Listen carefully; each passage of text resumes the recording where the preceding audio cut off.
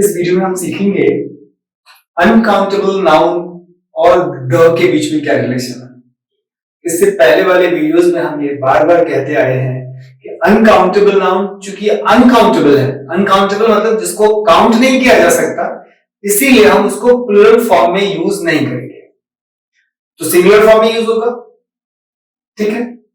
लेकिन similar form में use होते हुए भी हम उसके पहले इंडेफिनिट आर्टिकल ए और एन का भी प्रयोग नहीं करेंगे।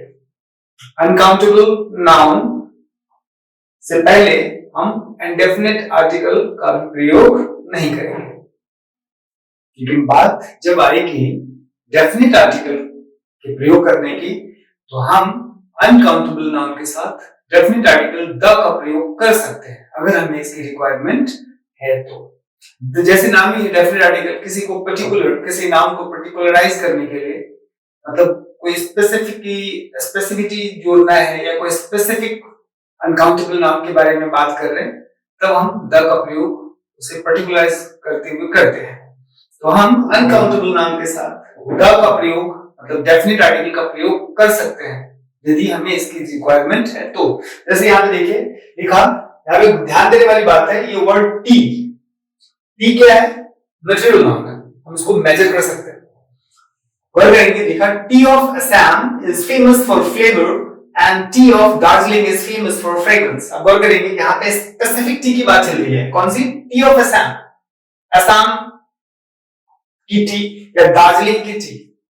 अब ये पर्टिकुलराइज हो गया, तो यहां पर हमको आर्टिकल द का प्रयोग करना पड़ेगा तभी सेंटेंस करेक्ट होगा। जैसे देखिए क्या लिखा, the T of Assam is famous for flavour and the T of Darjeeling is famous for fragrance.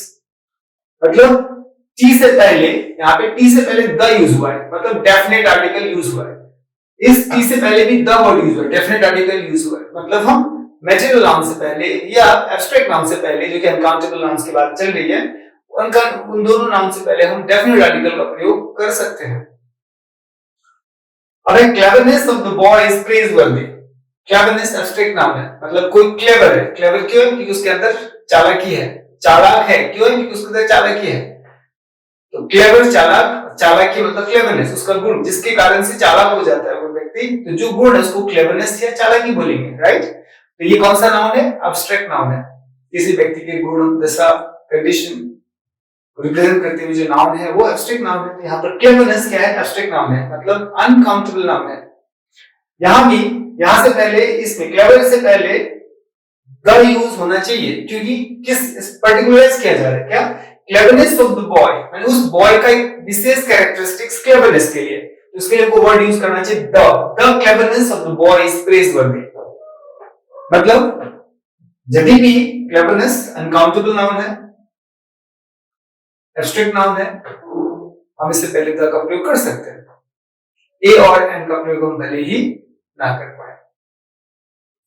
ठीक उसी तरह से courage we are talking about is not of an ordinary level. यहां भी पर्टिकुलराइज किया जा रहा है कि मतलब जिस करेज की हम बात कर रहे हैं वो ऑर्डिनरी लेवल की नहीं है, मतलब करेज को पर्टिकुलराइज किया जा रहा है। तो यहाँ पे द वर्ड यूज होना चाहिए, इसलिए देखिए करेक्ट सेंटेंस क्या होगा, the courage we are talking about is not of an ordinary level. तो क्या कहना चाह रहे हैं? अनकाउंटेबल नाउन, चाहे मैटेरियल नाउन हो चाहे वो एब्स्ट्रैक्ट नाउन हो, तो उससे पहले हम डेफिनेट आर्टिकल का प्रयोग कर सकते हैं। अगर हमें कोई उस पर्टिकुलर नाम को पर्टिकुलराइज करना है तो हम डेफिनेट आर्टिकल का प्रयोग करेंगे।